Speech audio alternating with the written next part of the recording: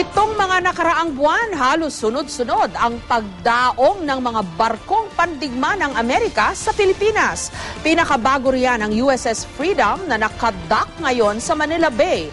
Aminado naman ang Defense Department ng Amerika na nakatuon ang atensyon nila ngayon sa Asia-Pacific region. Live mula sa Quezon City, may report si Bam Alegre. Bam?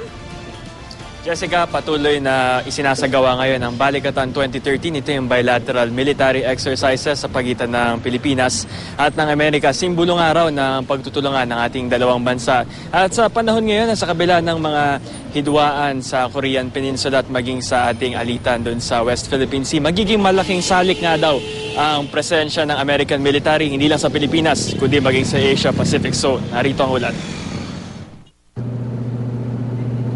Ito ang unang combat ship ng US Navy na dinisenyo para sa coastal attacks, ang USS Freedom.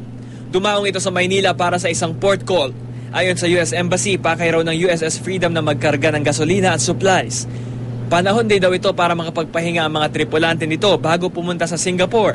Ang ilan sa kanila, mga Filipino-American. Noong 2012, ilan naman sa dumalaw sa Pilipinas ang aircraft carrier na USS George Washington, ang hospital ship na USNS Mercy at ang nuclear submarine na USS North Carolina. Ayon sa tagapagsalita ng US Marine Corps, wala raw kinalaman ng mga pagbisitang ito sa anumang military strategy sa Asia. Hindi nga raw itong kasali sa Balikatan 2013, ang bilateral training exercises ng Pilipinas at Amerika na nagsimula noong 5 ng Abril. The only vessel that we have participating in Exercise Balikatan is the Tortuga, the USS Tortuga. So the Freedom is not part of the exercise. Taon-taon nagsasagawa ng balikatan ng Amerika at Pilipinas para magsanay sa mga taktikang pang-militar at maging sa disaster response. Bahagi ito ng Mutual Defense Treaty ng dalawang bansa. Ngayong 2013, magtatagal hanggang April 17 ang military exercises na nakatutok sa Central Luzon. The aircraft that we're going to have in Clark are the MV-22 Osprey, which is the first time that it's coming here to support an exercise. And then also we'll have a C-130 Hercules, more than likely out on display, as well as F-18s. We're learning more from each other, like the jungle survival they had. Mahigit 8,000 sundalong Pilipino at Amerikano ang kalahok ngayon sa Balikatan 2013. At hindi lang sa Pilipinas may training exercises ang Amerika. May katumbas din ang Balikatan sa 77 iba pang bansa. Cobra Gold ang tawag dito sa Thailand. Ito raw ang pinakamalaking training exercise ng Amerika sa Asia Pacific. Yamasakura naman ang bilateral training ng Japan at Amerika. At Key Resolve sa Republic of Korea o mas kilala sa South Korea. Pero kahit may nagbabadyang krisis sa Korean Peninsula at maging sa West Philippine Sea, giit ng militar ng dalawang bansa, hindi raw isinasagawa ang balikatan bilang tugon sa anumang banta sa seguridad.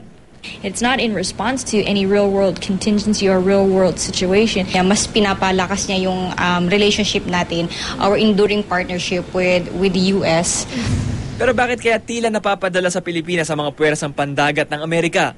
Dahil sa nangyayari sa North Korea at nangyayari sa hidwaan sa atin, pagitan natin at China, hindi malayo na bigyan natin ng pakahulugan niya na nagkakaroon ng show of force. No? Wala namang masama doon kasi para malaman din ng China na handang sumuporta sa atin ng Amerika. Sa eksklusibong panayam kamakailan ng State of the Nation sa Deputy Secretary of Defense ng Amerika na si Ashton Carter, kinumpirma niyang nakatuon ang pansin ngayon ng Amerika sa Asia-Pacific region. All of that power and resources that we have had to devote for the last 10 years to Iraq and Afghanistan gets swung to other problems that are going to determine our future, and the Asia-Pacific theater is one of them. Jessica, sa pagsuri natin ng mga press release ng US Embassy tuwing may port call, madalas binabanggit na ito ay simbolo ng history, community, and military relations ng dalawang bansa. At kinausap din natin yung kawalingan ng US military. Sabi nila mahirap daw talagang iwasan yung Pilipinas kung may dadaanan sa Asia-Pacific dahil pivotal location natin. Remains to be seen gaano ka-importante yung posisyon natin sa Asia-Pacific region kung sakaling magkaroon nga ng anumang tension dito. Jessica. Okay, kasi hindi maiwasang mapansin, no, Bam, na since late last year hanggang ngayon, parang sunod-sunod yung dating dito ng mga gamit pandigma ng Amerika. Tama yun. At in-acknowledge din ito ng Department of Foreign Affairs at sinabing mapapadalas din daw ito dahil nga Well, yun, ang kanilang reason ay parang pagpapakita lang ito na malakas yung ating ties, hindi lang nga sa military, kundi maging sa cultural and even historical. Pero nagkakaroon kasi yan ng mas malalim na context dahil nga merong pending problems nga sa Korean Peninsula. At ito nga, pati sa atin sa West Philippine Sea. Jessica. Maraming salamat, Bam Alegre.